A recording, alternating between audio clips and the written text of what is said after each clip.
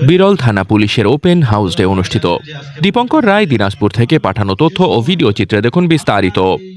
দিনাজপুরের বিরল থানা পুলিশের আগামীর বাংলাদেশ বিনির্মাণে ওপেন হাউস ডে অনুষ্ঠিত হয়েছে। 19 ফেব্রুয়ারি বুধবার সকালে বিরল থানা চত্বরে প্রায় 1.5 শতাধিক স্থানীয় উপজেলা বিভিন্ন অঞ্চলের স্থানীয় বাসিন্দা ও উপজেলার ইউনিয়নের চৌকিদারদের উপস্থিতিতে বর্তমানে বিরল থানার কার্যক্রম এবং আগামীর বাংলাদেশকে এগিয়ে নিতে পুলিশের কার্যক্রম সঠিকভাবে পরিচালিত করার লক্ষ্যে উপস্থিত সকলের কাছে মাদক, সন্ত্রাস, ভূমি দখল, বাল্যবিবাহ সহ বিভিন্ন সংগঠিত অপরাধ দমনে নানান সুবিধা ও অসুবিধা পুলিশ সুপার সরাসরি উপস্থিত জনসাধারণের কথা আগ্রহ ভরে শ্রবণ করেন। পরে উপস্থিত সকলের প্রশ্ন ও মন্তব্যের উত্তর প্রদান করে অতি দ্রুত সময়ের মধ্যে তা পালন ও পালনে দৃঢ় প্রত্যয় ব্যক্ত করে সংশ্লিষ্ট সকলকে নির্দেশ প্রদান করেন।